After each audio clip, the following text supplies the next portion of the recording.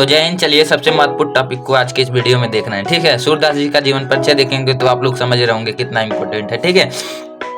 और इस वीडियो में 5 अंक का पक्का तो हो ही जाएगा, ठीक है। और सब्जेक्ट हिंदी और क्लास 10th के लिए बहुत ही इंपॉर्टेंट है। और बोर्ड एग्जाम 2024 में जो 22 फरवरी का है उसमें देखने तो 7 सेट होता है, जरूर 5 सेट में जरूर देखने को मिल जाएगा, इसलिए इसकी प्रबल संभावना। और आप लोग तो प्रीवियस ईयर क्वेश्चन पेपर देखे ही होंगे, ठीक है। तो चलिए जीवन परिचय बता रहे हैं, ठीक है। और जीवन परिचय यहाँ पर लिखे ना, तो यहाँ पर जीवन परिचय और सूरदास यहाँ पर हेडिंग डाल के लिख दीजिएगा, ठीक है।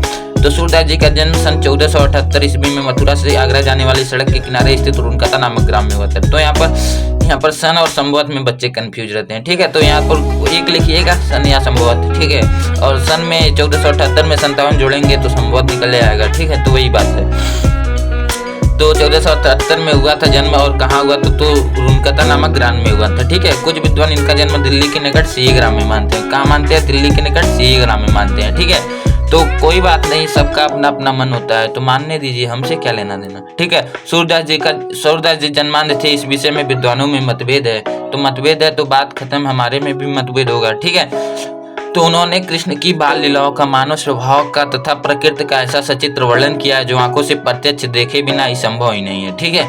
तो बात यह है कि यहाँ पर न मानने का कारण ये है कि जैसे बात ये कि उनके मतलब जो काव्य लिखे हैं प्रेमियों के मानस पटल पे जो बेरजमान है, उनसे देख के आप सचित्र मतलब वो वीडियो बना सकते हैं, आप समझ लीजिए उसका 3D वीडियो बना सकते हैं उसको पढ़ के, ठीक है। तो ऐसा उन्होंने लिखा है। उन्होंने स्वयं को जन्मांध कहा है, स्वयं को जन्मांध कहा, ये बात तो सब कोई मानता है, पर ऐसा उन्होंने लाक्षणिक रूप से तथा ज्ञान चक्षु के अभाव के लिए भी कहा हो सकता है, ठीक है। तो ज्ञान चक्षु के अभाव के लिए भी कहा हो सकता है। तो ऐसा थोड़ी है कि कोई बात झूठ बोल रहा है तो मतलब के लिए ही बोल रहा है, ऐसा नहीं हो सकता है ना। आप लोग कहानी भी सुने होंगे, डिस्क्रिप्शन में लिंक है, वो कहानी जाके देखिए।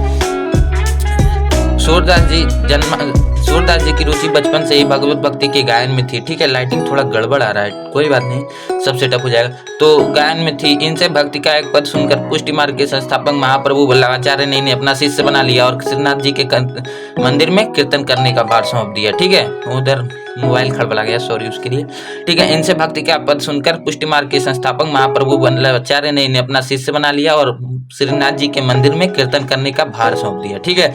और श्रीनाथ जी के और वल्लभाचार्य के पुत्र विठल लाल, ठीक है। तो पहले यहाँ पर देखिए कि सूरदास जी के गुरु हुए वल्लभाचार्य और वल्लभाचार्य के पुत्र विठल लाल, और विठल लाल ने कराया अष्टछाप नाम से 8 कृष्ण भक्त कवियों का संगठन, ठीक है। तो इस तरह आप इसमें अपना 2 लाइन बढ़ा सकते हैं, तो इस तरह याद करिएगा तो ज्यादा प्रॉफिट बढ़ेगा, ठीक है।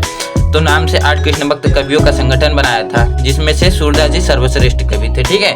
तो सूरदास जी सर्वश्रेष्ठ कवि थे और वे गौ घाट पर रहकर, कौन? सूरदास जी गौ घाट पर रहकर जीवन पर्यंत मतलब जीवन भर कृष्ण की बाल लीलाओं का गायन करते रहे, ठीक है। गायन मतलब भजन कीर्तन करते रहे और सूरदास जी कृष्ण नाम जपते हुए चले गए, ठीक है। यहाँ पर देखिए उनके बारे में कुछ महत्वपूर्ण बातें, ठीक है। सूरदास जी की मृत्यु 1583 ईस्वी में गोस्वामी विठल लाल के सामने, और एक गोस्वामी विठल लाल किसके पुत्र थे? वल्लभाचार्य। और वल्लभाचार्य किसके गुरु थे? सूरदास जी के, ठीक है।